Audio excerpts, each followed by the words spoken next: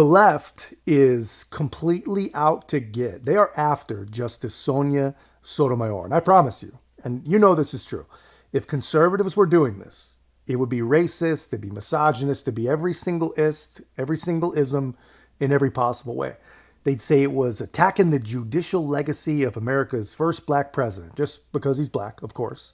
And at the same time, they'd also be saying it's trying to get rid of the first Hispanic woman to ever serve on the U.S. Supreme Court. Again, it will be all about gender, all about race, all about whatever wacky identity politics apply to the moment, right? But it's not conservatives doing it. It's her own people.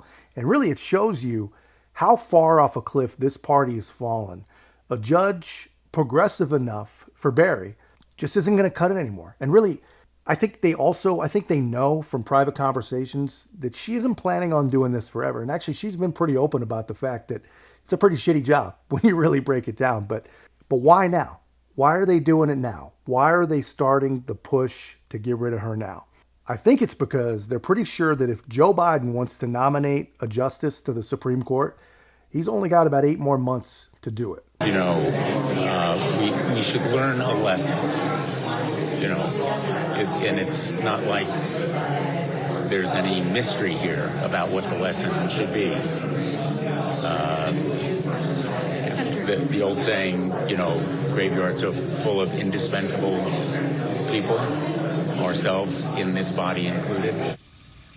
And there's Senator Sheldon Whitehouse, the second-ranked Democrat on the Judiciary Committee, who said the 6-3 court is bad enough today. Quote, run it to 7-2 and you go from a captured court to a full MAGA court. Certainly, I think if Justice Ginsburg had it to do over again, she might have rethought her confidence in her own health, unquote. You might read between the lines here and see a bit of unsolicited advice.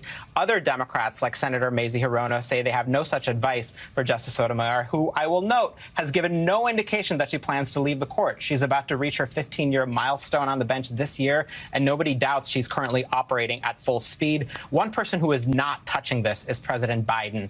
A White House spokesman told me, quote, President Biden believes that decisions to retire from the Supreme Court should be made by the justices themselves and no one else. Now, behind the scenes, some Democrats are flabbergasted that prominent liberals aren't being more aggressive about calling on Sotomayor to go. As one Democrat put it to me, they seem more worried about hurting her feelings than protecting their causes. My colleague and co-author for this story, Lawrence Hurley, reached out to Justice Sotomayor, and she did not respond. Guys? Wow. NBC's Sahil Kapoor, thank you very much. Here's the thing, man. All this is about is power. And you can always count on the liberals, man, to say the quiet part out loud. And you got to love how open and honest they are about their lack of understanding about the U.S. Supreme Court.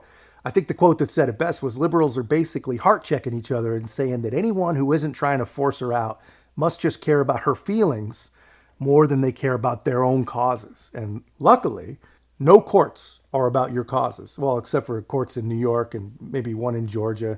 There's a couple out there, but courts are not about your causes. And especially the Supreme Court especially is not about your causes. It's not about that at all. It's about the Constitution and the Constitution only, man. It is just that simple.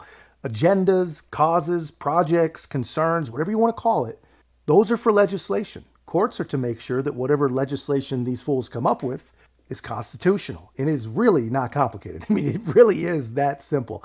And here's the thing, man. Speaking of the Constitution, if the framers intended for the court to be manipulated by the legislative branch, people like Richard Blumenthal, they would not have created it like they did. You cannot have one branch of government manipulating another branch of government, controlling another branch of government, no matter what outcome you think is best. And you would think that the only party that actually cares about protecting and preserving democracy would at least understand the very basics of checks and balances. But freaking Richard Blumenthal, especially, man, not exactly a medal winner.